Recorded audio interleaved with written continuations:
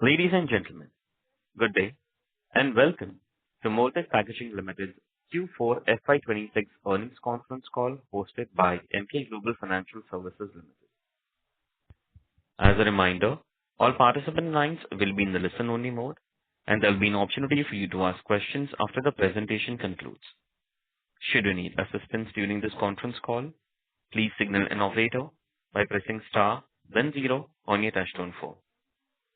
Please note that this conference is being recorded. I now hand the conference over to Mr. Rajesh Kumar from Emkay Global Financial Services. Thank you, and over to you, Mr. Kumar. Good afternoon, everyone. I would like to welcome Mr. J. Lakshman Rao, Chairman and Managing Director, and thank him for this opportunity.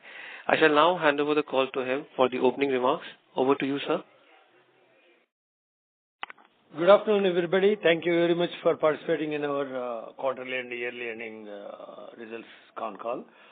I'm very happy to announce good results from Moltec Packaging, with all the units running with better capacity utilization than the past, and especially the consolidation of 5 units in Hyderabad into 2 units, that is Unit 1 and 10, has improved the overall performance and efficiencies and resulted in a better EBITDA margins.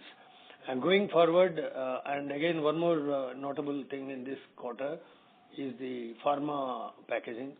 It's grown by 37% over the Q4 of last year, and overall growth of the full year is more than 200%, giving us ability to look for higher numbers going forward.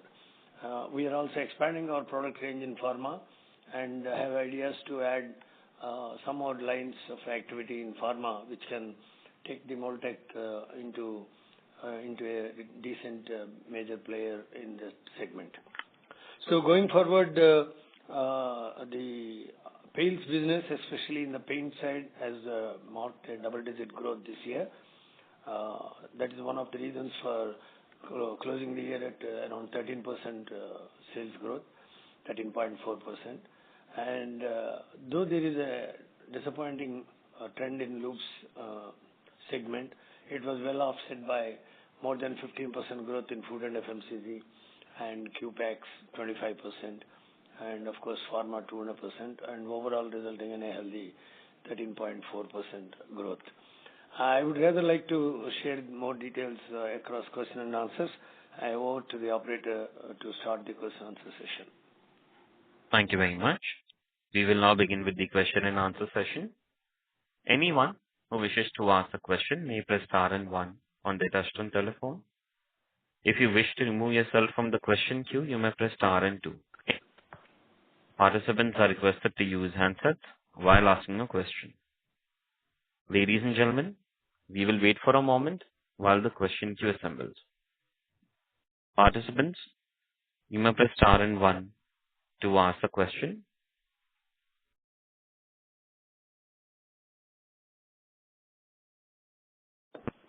The first question is from the line of Sanmat Jain from Kamayakya Wealth Management. Please go ahead. Yeah, hi, am I audible? Yes. Sir, your voice is coming muffled. Can you speak through the handset, please? Yeah, is it okay now? Yes, sir. Slightly better. Yeah, so thank you for the opportunity. I have a question regarding the collaboration with Vibe. So was there any revenue contributions from this contract in Q4? Yeah, I already mentioned during my previous con call that this is a long-term opportunity where we are working with Vibe on development of new set of products, especially closures for high-end chemicals and lubricants. And now the 2 out of 3 products they have given us the designs. 2 products pilot molds are ready, but these molds to become commercial and add revenues, it will certainly take 2 or 3 more quarters. So the numbers will start adding probably towards the end of this financial year, 26-27. So Vibe as of now is under developmental stage, but the products which we are coming out are 2 out of 3 are already successful in pilot trials, and more visibility would only come after a couple of quarters. Okay, so you gave us the guidance of 55 to 60 crores in pharma for FY27. So is this including this contract revenue, or will it be incremental to this? No, 55 crores is our target for the next financial year, 26-27. We hit 35, almost 34.4 crores for the current financial year. So we have taken a 50% growth, so to reach somewhere around close to between 50 and 55 crores for the pharma. We are online with that, I hope. Okay. Thank you. That's it from my side. Thank you. Next question is from the line of Richa from Equity Master. Please go ahead. Hi, am I audible? Yes. Yeah, thank you for the opportunity, sir. Sir, could you break down the growth in the paint segment volumes, with Grasim and without Grasim? Yeah, with Grasim and without Grasim, I don't have the figures readily available, but Grasim has contributed handsomely to the growth of paint because they have been the kind of new players and their numbers are expanding more rapidly. So the volume also has shot up by more than 60% in ABG compared to the last year because last year base was much smaller. Currently, their numbers are improving month after month or quarter after quarter. So they are contributing handsomely and they are in the top 10 customers for us. Okay, but sir, a few quarters ago, there was a lot of competition coming in for Asian Paint and, we had some kind of weakness in volumes there. So has that stabilized? Yes, rather we have a very healthy growth in this quarter. We have more than 17% growth coming from Asian Paints in Q4 to Q4. So that's a very healthy recovery for us from Asian Paints. Okay. And so could you also elaborate on, why such a sharp decline in the lubricant segment? I'm not sure how that is vis-a-vis industry, but normally the industry growth is, tends to be between -2 to +2. This seems to be a sharper decline. So are we losing clients or market share there? Yes, we lost a client BPCL towards the end of last financial year, which used to contribute about significant amount of sale, but due to tendering system and public sector, they go only by L1 basis. We couldn't match their pricing and we let it go. So one of the reasons why last 4 quarters we still have loss in sale. Last year itself it was more than 14-15 crores turnover has come from BPCL. That has gone off in this full year. Okay. So that is one of the reasons for the drop in lube sales. Okay. And so capacity-wise, how much additional capacity are we targeting for Grasim and, in pharma as well, because we have some capacity capex planned in that segment? Yeah, currently pharma is hardly about 1,500 tons and we have to still make new investments in that segment to take it up to 2,500 tons in this year. And Grasim already we have capacities created more than 12,000 tons, 5,000 at Panipat, 4,400 at Chayar, and about 2,500 at Mahad, that is through Satara. So total 12,000 tons of capacity has been created, which is running around 65% capacity as of now, utilization as of now, which was better than last year, which was in 50s.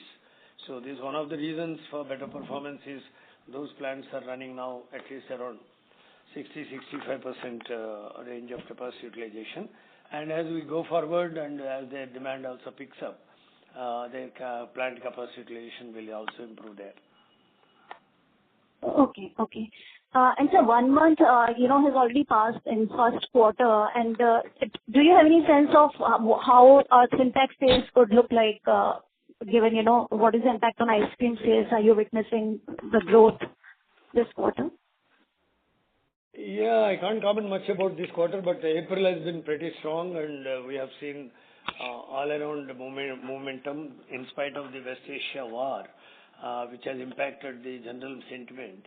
But the consumption of such goods like ice creams or curds, that they won't get impacted because they're not luxury goods. And even in the case of paint, we see a strong momentum still continuing even in the month of April. Okay. Thank you so much. I'll come back in the queue. Yeah. Thank you. Next question is from the line of Chirag from Keynote Capitals. Please go ahead. Yes. Chirag, can you please speak through the handset?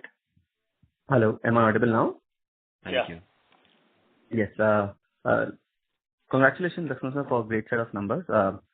My first question is related to understanding from when you're talking about the capacity expansion. From 63,000 MTPA currently, what are we looking at for next year? Because we are already reaching 100 or 70% capacity utilization now. Yeah, our capacity is 63,000 tons and utilization is hardly 43,000. So we have a long way to go to make use of this capacity. And some more machines which were ordered last year are on the way arriving in this year, because there will be always some replacement of old machinery and also expanding marginally, especially units like Mysore and Satara, where Mahad especially. These are areas of growth. And pharma will continue to add machinery to meet the increasing demand for our products. So these three areas, but we have a sharp lesser budget of capital investment in this current financial year, which was 140 crores 2 years ago for 2 consecutive years, and 120 years in this financial year 25-26. And we hope to control this capex to 80-85 crores in the next year, that is 26-27, as we will be going only for brownfield expansions now onwards. Got it. And that will lead to almost like 70,000 MTPA capacity by the end of FY27. Is my assumption correct? Yeah, I think we should be close to 68, 67, because capacity-wise in pharma, the number of tons won't be too many. It may be 1,000, 1,200 tons. And brownfield expansions are only envisaged at Mysore and Satara. Satara basically, that is Mahad plant supply. So these are the two areas, and the rest of the plants we see, and of course North plant Panipat, where we are adding thin wall capacities. 4 machines are coming in this July. So by end of this financial year, that is 26-27, probably will be somewhere around 67, 68,000, maybe close to 70,000 tons. Got it. So my second question is, generally whenever there is significant raw material prices fluctuation taking place, the players who work on low margin packaging industry face a lot of headwinds. And at that time, clients tends to shift to different players in the industry. So just wanted to understand this current situation which is going on due to war. Has this led to some older clients who went away from us or some new clients adding to our portfolio? On the contrary to your expectation, in fact, we are finding our clients coming back in hordes. Right. Because they are worried about the connectivity, material procurement abilities, and ability to quickly react to the international scenario. So we noticed the jump in call-ups from even old clients like Berger and Narolac, who used to give us only few grades, have now increased their call-ups in the fear, I would say, rather not fear of supply chain disruptions in smaller companies. So they are coming back to us in terms of increasing numbers. So, and also we need to notice the bond between us and the clients has become stronger due to the external environment being fragile. So we are in fact finding some of them coming back to us, and dependence on companies like Moltech is going to go up, because of course I don't take it as an advantage, but scenario is such that materials sometime in March especially has become very difficult to procure. But due to our long-term relation with Reliance and our other suppliers, Indian Oil and HML, we could able to get the necessary material in time. Got it. And sir, will it be fair to assume, though you have mentioned in your press release that all the cost increase we are able to pass on, I just wanted to know the current scenario, like will it be fair to assume that we would be able to maintain the 46-47% gross margin levels in the coming quarters too? Certainly, we have passed on the entire price rise to the clients across the segments, and they also appreciated that the reality, ground realities, and they have even some of them have reduced the period of raw material fluctuation. That means earlier they used to be quarterly. Now they come down to a monthly or even sometimes 15 fortnightly correction. So that way, even when the prices come down, we too will have to pass on the reduction to them. It's a fair game. But I'm very thankful to all our clients. Majority of them have accepted the price rise rapidly, because the price movement in March was so rapid. From 105 rupees in the beginning, it went up to 160, and now currently hovering around 145, 150. So we are in this kind of a scenario, found our clients very much with us, and I think we can still continue to maintain our profit margins. Good to hear that, sir. So from the perspective of capital allocation, as you said that this year we would be focusing less on spending or increasing our capacity. Will it be fair to assume that the additional 40-50 crore that we are earning is going to be used for repayment of debt? Implement of? Repayment of debt. We have, because of the capacity expansion, we have taken certain debt on books. Yeah, the debt payment will happen from the cash accruals. But next year, you are talking about next year capital asset allocation For FY27. budget? Yeah. For FY27, yes, sir. Yeah, we are planning it will be in the region of around 80 to 85 crores overall. It could be mostly from internal accruals, a little bit here and there debt if required. Debt will be required. Because our cash generation will be much more than 80 crores. This year itself, if you look at the cash generation, it's around 72 plus 59, 123 crores. Depreciation, I mean, we might have given a dividend of around 20 crores. So still 100 crores is our net cash accruals. So we'll be able to catch up with that within our requirement for next year. The cash flow is... So we won't require any additional debt for the capacity. I'm just understanding that... Yeah, it could be temporary in nature, but it will overall, I don't expect debt to increase. Got it. So just one last question and I'll join back the queue. There is one accounting understanding I want to take. This particular quarter, we have significant jump in other expenses. Could you just highlight what is the reason behind that? Other expenses? Yes, sir. Yeah, some of the reasons could be we have taken up a severe preventive maintenance and change of screws and some other parts in the machines to suit to the RCP edition, because now recycled plastic has become a mandatory. 30% is mandatory now, and it's going to be 40% from next April. So the machines which are equipped with ordinary screws are not able to process such mix, and we have gone for better, technically stronger screw material and screw systems. That corrections we have done in this quarter to a reasonable extent.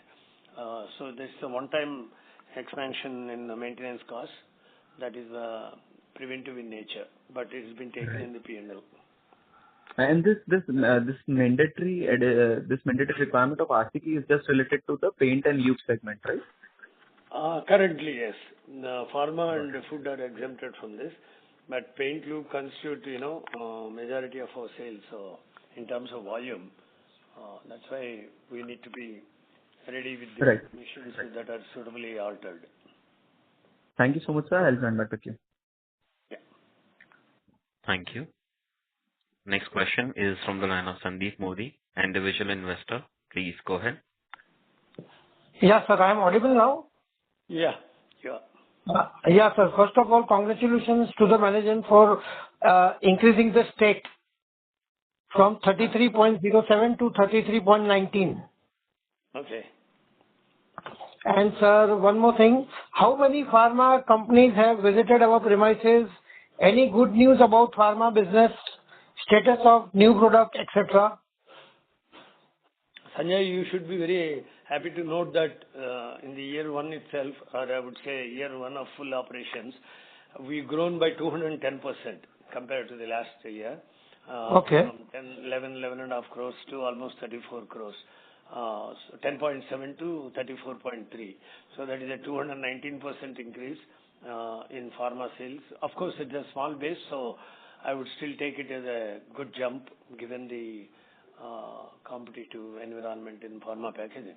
Because of our good product range and ability to develop new packs faster, we are able to entrench into this field and quickly become a name in the industry. So we have now again taken a 50% increase as our target for this current year, so to reach somewhere around 50 to 55 crores for the next financial year. Several clients are visiting nowadays. I lost count, and several of them are at different stages. Some of them are buying commercially, some of them are in line trials, some of them are in establishing the packs like that. And some 2-3 new products, different cap systems are being introduced. As I said, we are also looking at ophthalmic and nostril sprays, and also a couple of other products which I can't divulge today because it's in the nascent stage of discussion. But be assured, we'll be widening our product range year after year and getting more and more deep into the pharma sector in the coming years. Yes, sir. Anyway, sir, how many new products are in process now? Molds are in process in pharma? Now, molds means I can't just give you a count. It could be 5 or 10 molds at any given time. It may be new bottles, new sizes, same sizes with different weights. So like that, different cores and different cavities may be changed, or entirely new set of products are being developed. So at any given time, you can say there will be 5 to 10 products every quarter. Okay. Yeah, sir. One more thing. No margin available in exchange for Moltech packaging shares. Can you give some details about this? Oh, I don't know much about the stock exchange and their rules. First, we were pledging the shares. We were pledging the shares and we were getting margin on it, and now the exchange has suddenly stopped. Okay. So, sir, please look into the matter and just go through. Yeah. And, sir, what is the status of land which we have bought? Any expansion going on there? Yeah. The land has been just acquired, but they're yet to hand over the land because of various bureaucratic things. The land is earmarked now. The road in front of the land is being laid now because it's in front of our unit in Sultanpur. So we generally notice it every day. Probably in this month we should be able to get the possession or agreement, and then we'll be able to start commercial construction. That's one of the reasons why the construction activity also could not be started. Yeah, so there what pharma packaging we are trying to start some this thing? Yeah, this new land is mainly meant for pharma alone. Okay. So once the land is handed over, the construction activity will start immediately. So when will that complete this new factory start over? I think it will go into commercial production only by beginning of the next financial year, next calendar year. It may take at least 8-9 months to complete the construction once the land is handed over. For various reasons, there is a delay from the industrial estate to hand over the land. We have paid for it more than 7-8 months ago.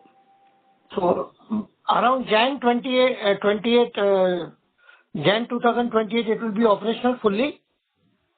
Yes, 27, before end of the financial year, I think we may start the new plant because of the delay in land allotment. Otherwise, it would have gone by third quarter of this year. Okay. Thank you very much, sir. Thanks for the reply. Yeah. Thank you. Next question is from the line of Deepak Saha from Ashika Institutional Equities. Please go ahead. Hi, Amori. Yes, go ahead. Hi, thank you. Thanks for the opportunity. So, first of all, congratulations on good set of numbers. Just one bookkeeping question, if you can share the IML and non-IML mix for 4Q and FY26. Yeah, it was for the 4Q, it was around 75.5%, and overall year it is 75.13%. So in value terms, it is 76.8%.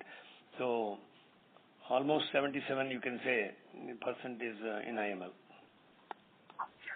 Got it, sir. That's helpful. And I got a little bit late, just pardon me if I missed it. On the paint volume side, we have a very meaningful growth for the quarter. Is there any one-off? Because I think for 4Q, this, kind of a paint growth that we are seeing in terms of volume, 26% kind of YY growth after a long time. So if you can just share some color whether it is sustainable going ahead and what led to this kind of a growth.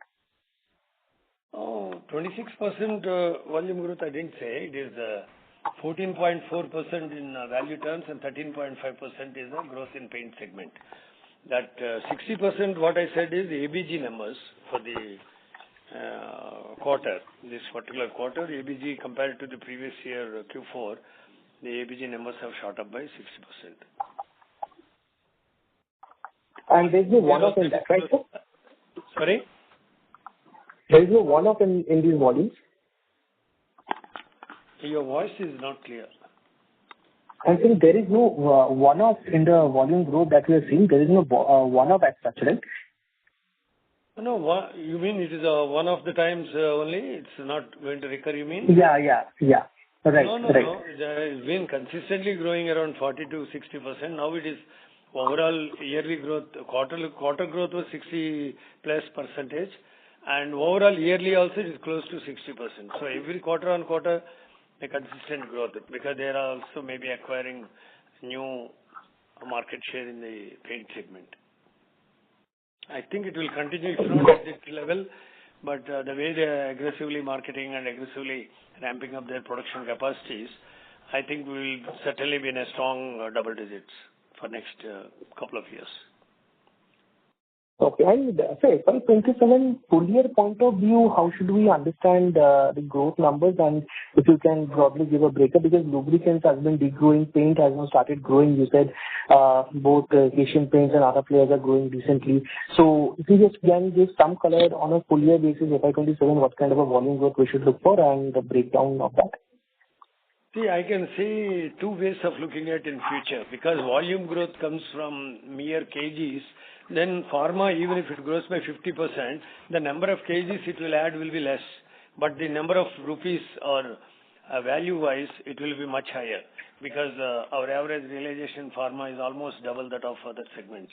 So, in terms of just volume, it might look like 10 to 15%, anywhere between 10 to 15% growth is possible.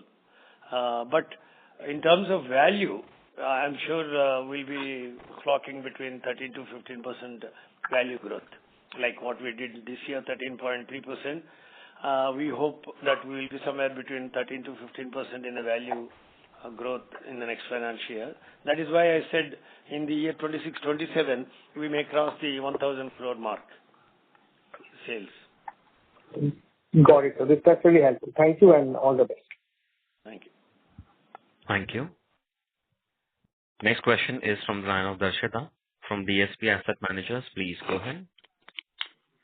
Yeah, thank you for the opportunity. My first question was regarding the paints growth. So I think the earlier participant mentioned that the paints volume growth has been 26%.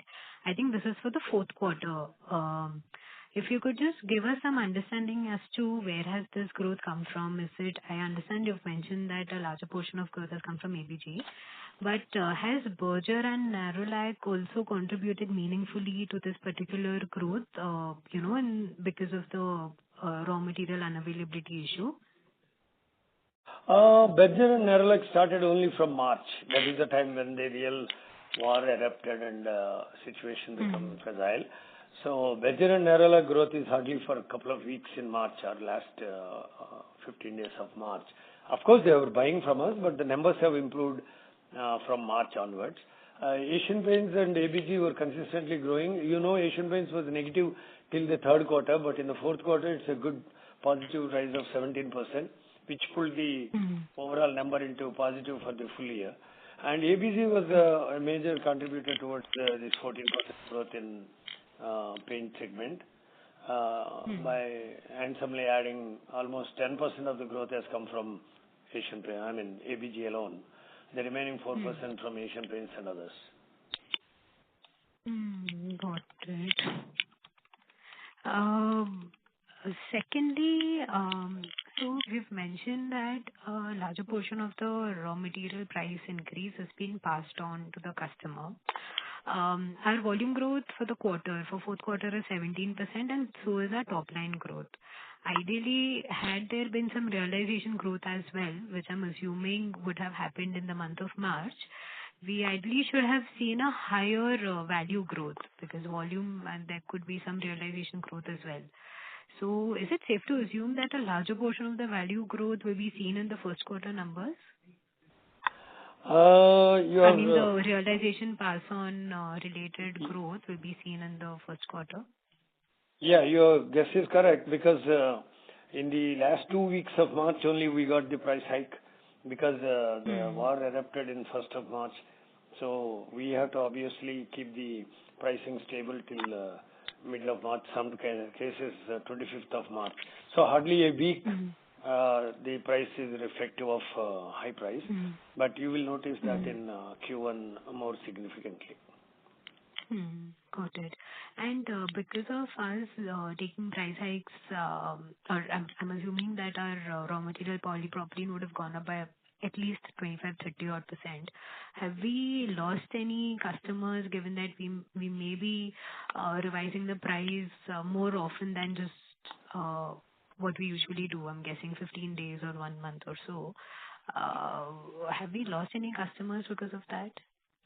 See, you know, all our clients are blue chip clients in their respective segments, be it ice creams or curds or paints or lubes or food, oils. So they cannot afford to reduce their presence in the market. They keep producing their products at the same pace as of today. I don't know how bad it can become, worse it can become, but as of now, we don't see any demand downturn in any of our top clients. So that's a very reassuring fact, which we are also observing. And we very rarely, out of our 100%, hardly 4 to 5% or max 6-7% of our sales would go to non-blue chip clients. So our impact, if any, would happen in those 5-6% to the tune of 1-2%. But while our we lose 1-2% of such business, our major clients, Asian Paints and ABG or even HUL, they're all going in full guns with their demand increase, because it's mainly meant for local consumption. And in pharma, ours is a replacement demand. We are replacing others due to our better quality and consistency. That is how we are penetrating in the Indian pharma industry, which is meant for exports. But the penetration is mainly into the replacement demand.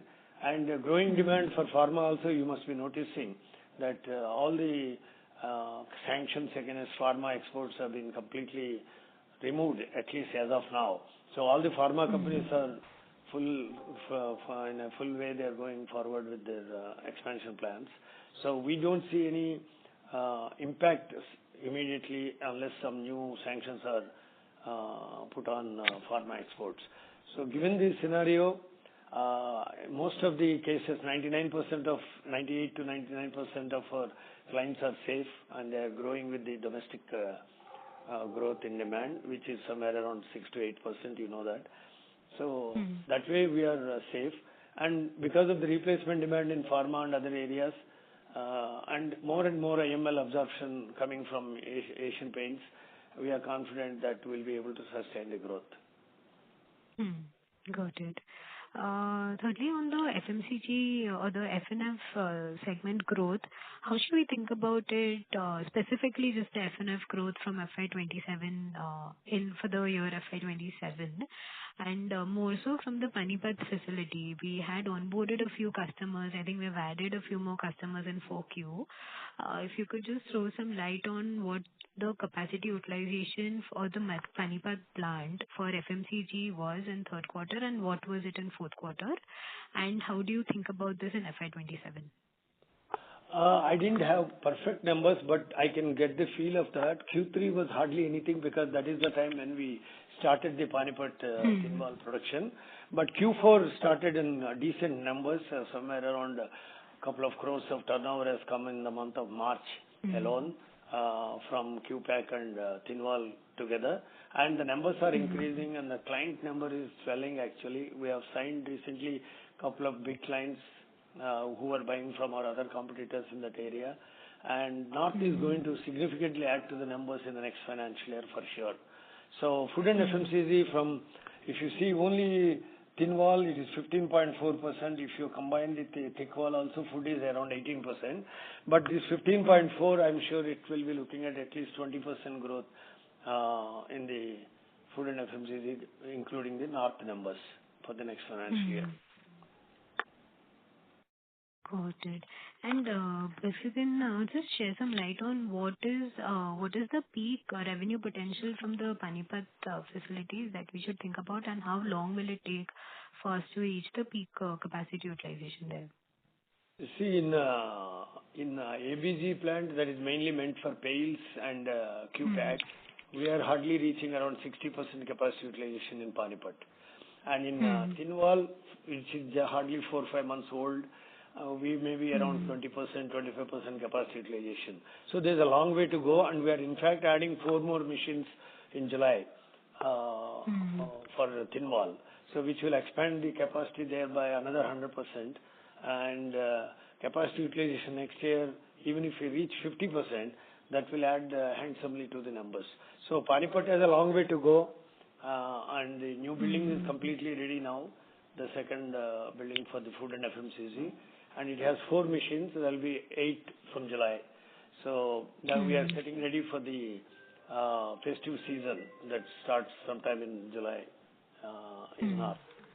So I think next year there will be a good jump. I don't think it will go to 80% capacity utilization, but at least from current 20%, it may go up to 40-50% on a bigger capacity. Got it. And just lastly, Thank you. Ma'am, sorry to interrupt. If I may request you to please come back. Sure, no problem. Thank you. A kind request to all the participants, kindly limit yourself to 2 questions per participant and rejoin the queue for a follow-up. The next question is from the line of Akhil Parekh from 360 ONE Capital. Please go ahead. Yeah, thanks for the opportunity and many congratulations, sir, on a very good set of numbers. My first question on the EBITDA per kg, right? And we have shown good improvement. What should that number look like, say, in FY27 and 28? FY27, as I expected, we are aiming at least 42 to 43. 42.5 could be a good estimate for the full year. And then how it frames in pharma, in 28, probably we can aim it around 43 to 44 range. So definitely the uptrend will continue now because 2 things. It's not just the growth in the different segments, but the consolidation of our operations in Hyderabad, where we reduced 5 plants to 2 plants. Now only Annaram and Sultanpur is 2 units which are producing all the products which were earlier made in 5 plants. So thereby getting the better efficiencies, overhead reduction, and movement of goods has come down. All this is yielding to better productivity. All this consolidation happened only till January this year. That means until Jan-Feb. So the full benefit of this consolidation and improved efficiencies would be reflective in the next financial year. That itself should add a rupee or so to the already 40.7 what we have achieved this year compared to 37.6 in the previous year. So there's a jump of 8%, 8.4% increase in the EBITDA margin, which is a substantial jump which we lost during the last couple of years. We recovered. And going forward with these efficiencies kicking in and more HCl labels also being made in-house and new ways of automation which we have taken up in various areas to reduce the manpower dependency is going to improve the efficiencies going forward. And ABG plants even today are hardly around 60% capacity utilization. And I hope next year they will be reaching 70 plus, which will be a very good accretive to the bottom line. So going forward with the only brownfield expansions, which will marginally may require capital, but increase in the capacity utilization will kick in. So I look at very positively for 26-27 and to aim at least 42.5 to 43 range for 26-27. 27-28 may be a little difficult to predict now. Maybe we may touch even 45 given a good wind in pharma. If it happens, we may aim at 44, 45 also for next 27-28. But I can give a better picture going forward in the next couple of quarters. Great, sir. And just reconfirming your growth guidance for 27, you suggested 10 to 15% volume growth and 13 to 15% value growth. Did I hear correctly? Yes. The volume growth so that is 10 to 13% because pharma won't add volumes. It will hardly be in few tons. So even the rupees become up by 50%. Volume-wise, last year it was hardly how much? 853 tons. So last year it was 853 tons, and so the next year, 26, 27, it will hardly touch 1200 to 1300 kgs. So, sorry, tons, 1200 to 1300 tons, even if you achieve a 50% increment. So volume-wise increment might look 10 to 13%, but value-wise increment we are aiming at 13 to 15%. Okay. So that implies we should easily cross 1,200 crore of revenue by FY28, which was the past guidance, I believe. I hope so, but I'm sure this year we will be aiming at 1,000 plus for sure. Thank you. Akhil, I'll request you to come back for a follow-up question, please. Participants, kindly limit yourself to 2 questions per participant. Next question is from the line of Deepak from Sundaram Mutual Fund. Please go ahead. Yeah, thank you for the opportunity. Am I audible? Yes.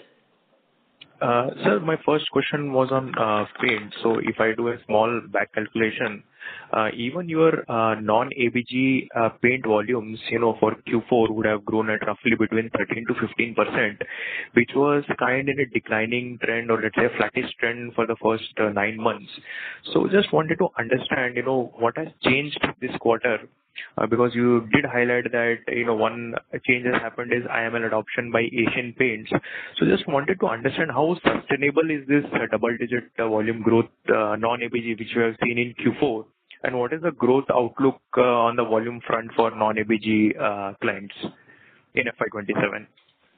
Yes, you said the reason. The IML adoption by Asian Paints in more and more brands is one of the reasons of us getting back their higher volume of business, and that will, I hope, will continue because their artworks are very critical. If you notice their paints in the market, they have metallic IML, which is a top class IML to handle both technically and visually.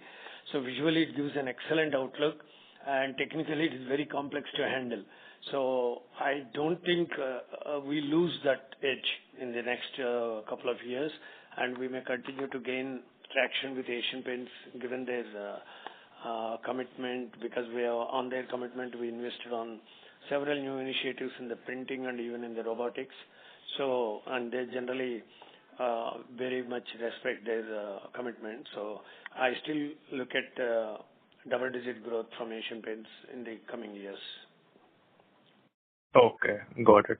And sir, as you earlier also highlighted that, in terms of price hikes, because of this steep inflation in polymer prices, that we are able to initiate some price hike.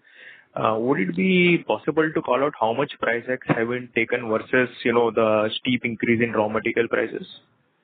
Completely offsetting the price increase in raw material. It's not any percentage. Whatever is the price hike, they have passed on in their pricing, and they increase the prices accordingly. Thank you. Deepak, I'll request you to come back for a follow-up question. Next question is from the line of Shirish Pardeshi from Motilal Oswal. Please go ahead. Good evening, sir, and thank you for the opportunity and congratulations. My question is specifically on the paints.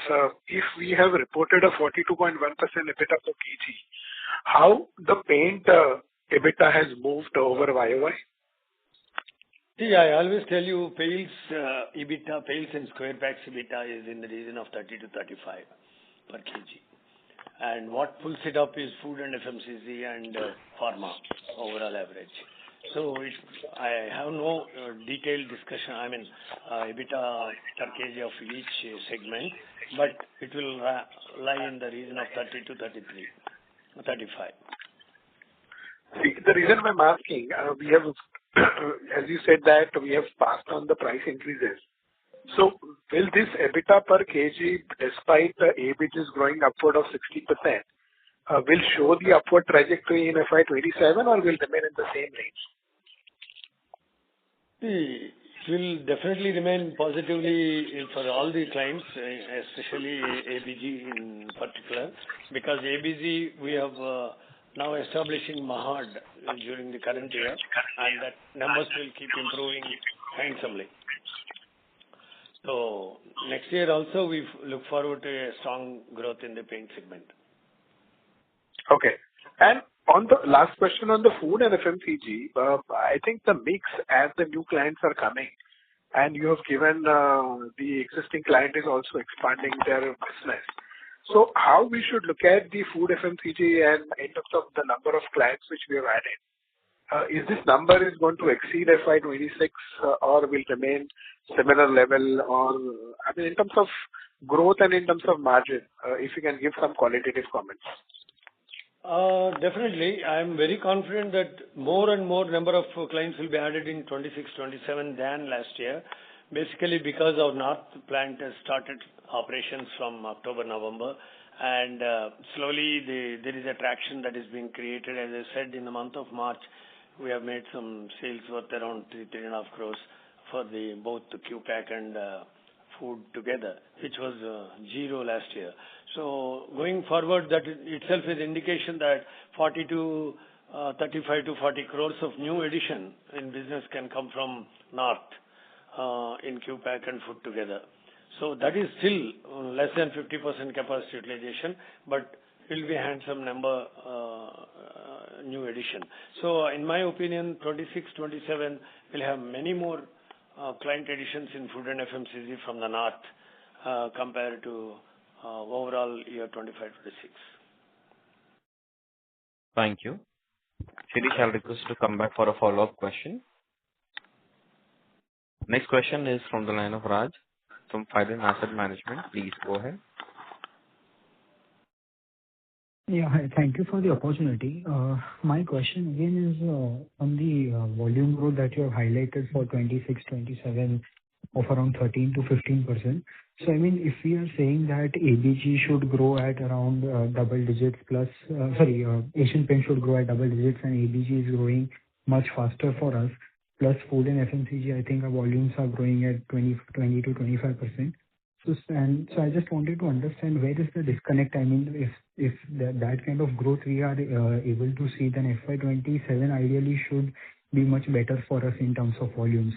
So just wanted to understand. No, I said the volumes are not 10 to 15. I said 10 to 13% volume increase because the pharma numbers will be less in tons.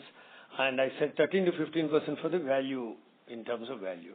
Having said that, loops is one area where we don't see any major increase in the even next couple of years because it's stagnating market. The industry itself is not growing.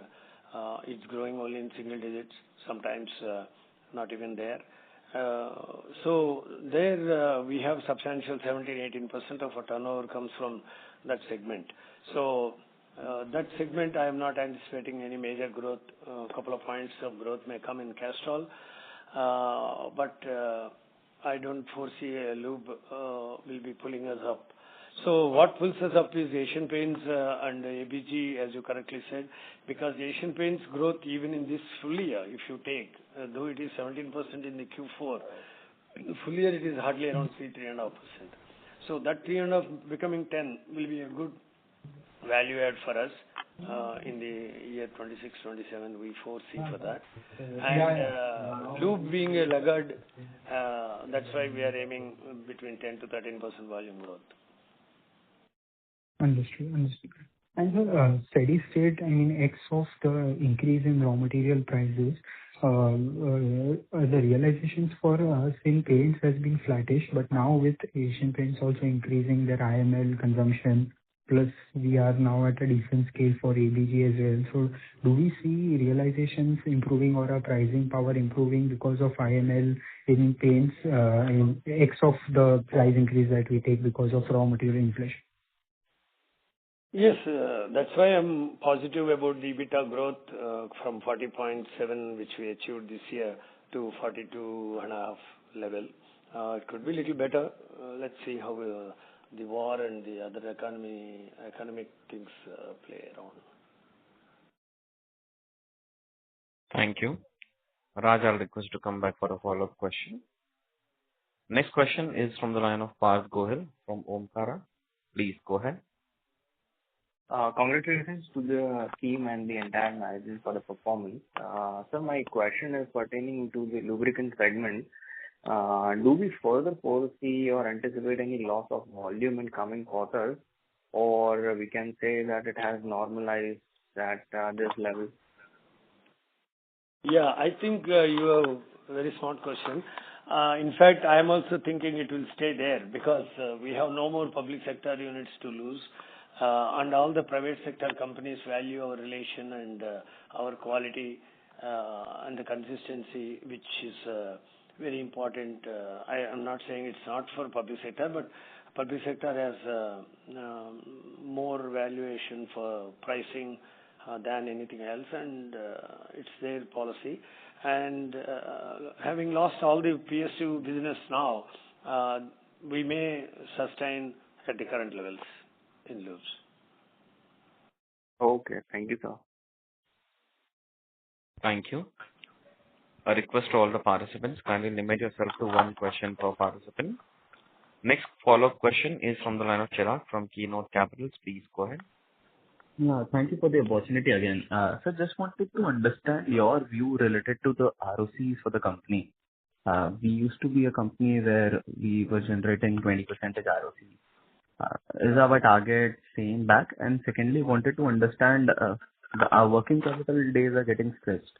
So what is the outlook on that? See, working capital stretch is basically you are looking at a higher valuation also because the last 3 weeks we have been purchasing material at higher price, and that has indirectly might have impacted the value to look higher. And the inventory days also have become a little longer because in pharma, one has to keep 3 months material ready because sudden requirements generally come up in batch quantities for pharma, and their pickup times are a little late and the payment terms are also longer. Pharma industry has been following the 90-day to 110 days payment cycle. So that's why you might notice that debtor days and inventory days are stretched a bit. Coming back to ROC, yes, the ROC is leaped by about 14% from 10.2 to 12.4, and probably it may hit around 13.5 to 14% in the next financial year.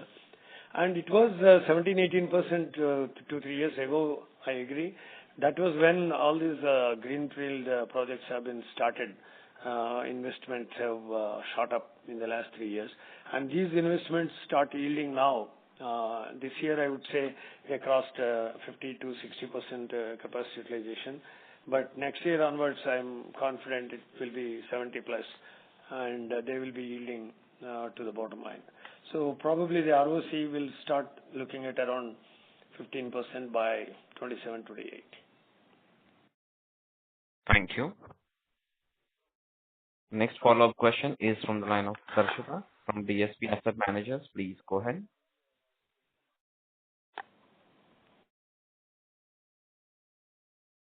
Darshita, may I request you to unmute your line and proceed with your question? Yeah, sorry. I hope I'm audible now. Yes, ma'am. Yeah. Thank you for the opportunity again. So could you just tell us what will the total capacity be for FMCG once the 4 more units come in at the Panipat facility? Currently, I think it is about 1,200 tons or 1,000 tons. It will become 2,000 tons food and FMCG there.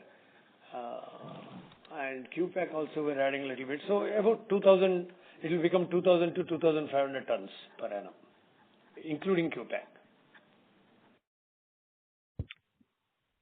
And secondly, just on the raw material availability perspective, are we facing any issues currently for polypropylene supplies, and for how long are we covered at this point?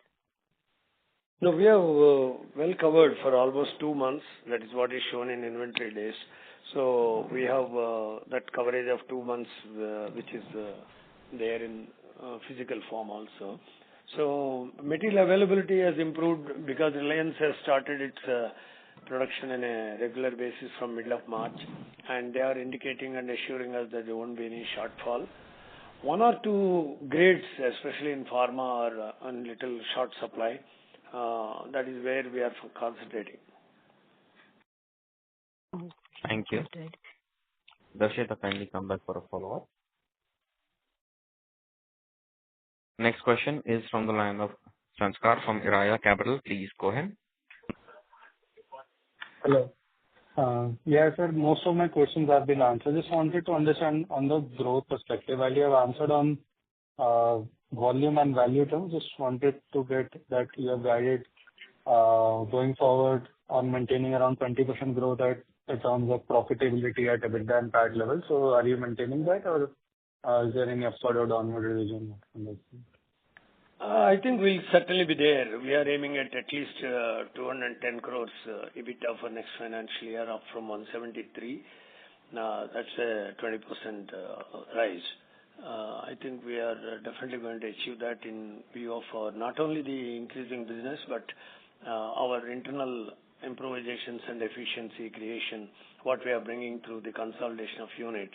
It might, if things go well, nothing further damage happens through this war, we should be looking better than that expected EBITDA. Okay, sir. Thank you.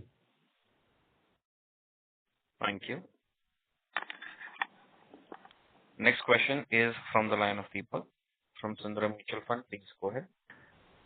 Yeah, thank you for the follow-up opportunity. Sir, I just had one question on thin wall. So if I look at our growth rates, QOQ, we have done 44% plus, and even YOY, it's a very good number at 30%, which was around 13 to 15% in the first 9 months.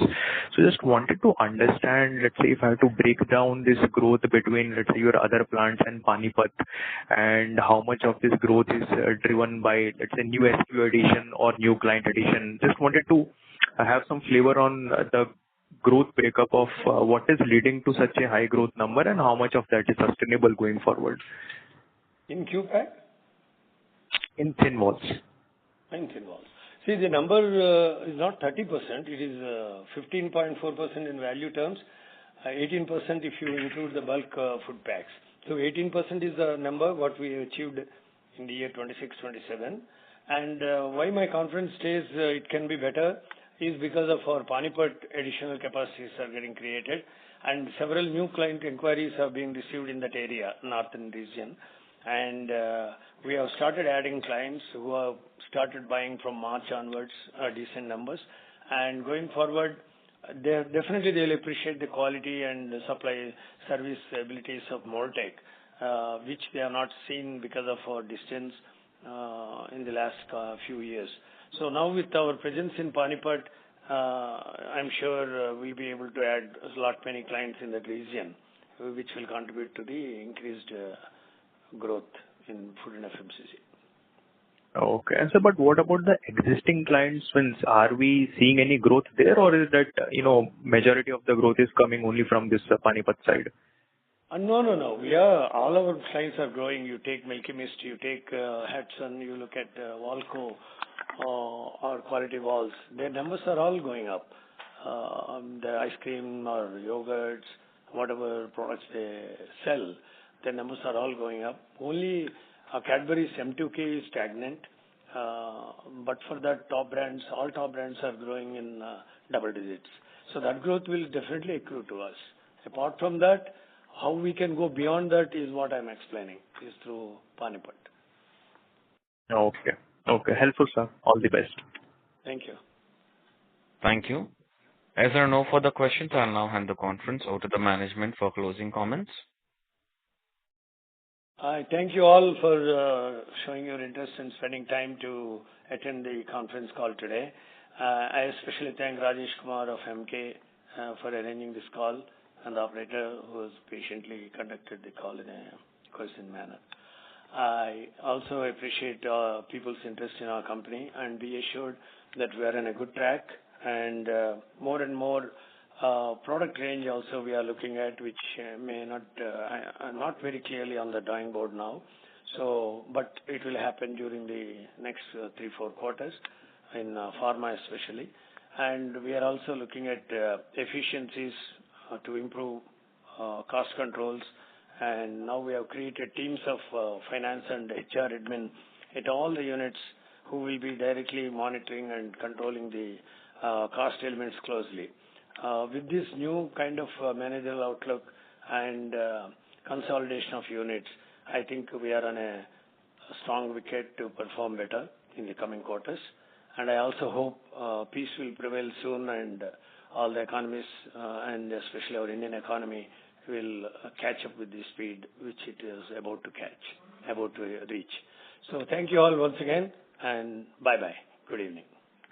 Thank you very much, sir. On behalf of Emkay Global Financial Services Limited, that concludes this conference. Thank you for joining us, and you may now disconnect your lines. Thank you.